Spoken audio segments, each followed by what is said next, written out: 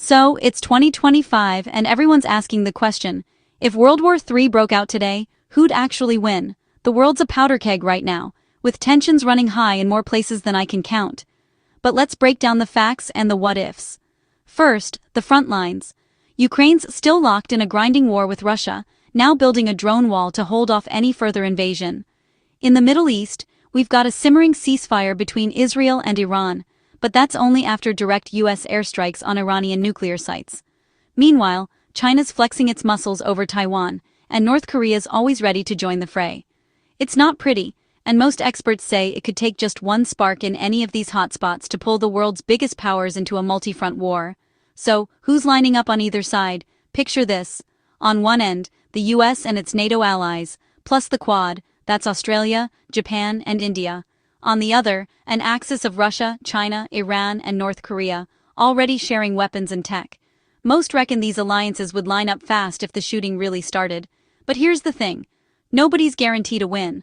On paper, the US and NATO have the edge in firepower, advanced jets, big navies, and satellite networks. But the Axis bloc isn't exactly outgunned. China leads in electric vehicle tech and hypersonic missiles, and Russia still commands huge land armies and nuclear stockpiles. Plus, with North Korea and Iran in the mix, there's always a wild card. And let's talk tech. Gone are the days when just tanks and troops decide the outcome. Now, it's all about drones, artificial intelligence, and cyber warfare. Ukraine's drone wall shows how unmanned systems can tip the balance. Meanwhile, AI's changing everything from weather forecasting to battlefield tactics, though it guzzles energy at a rate no one's seen before. Now, about the nuclear question. Experts say the odds of nukes being used are higher than they've been in decades. Still, it's likely a last resort, something leaders only reach for if their very survival's on the line. But even a limited nuclear exchange would be catastrophic, with no real winners. When it comes to economics, it's another toss-up. The US economy's looking shaky, with talk of government shutdowns and deep divisions at home. China and Russia aren't immune either. A global war would hammer everyone's finances, and most of the world would suffer. So, who wins?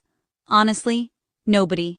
Any World War III scenario in 2025 leaves the planet battered, economies ruined, and millions of lives upended.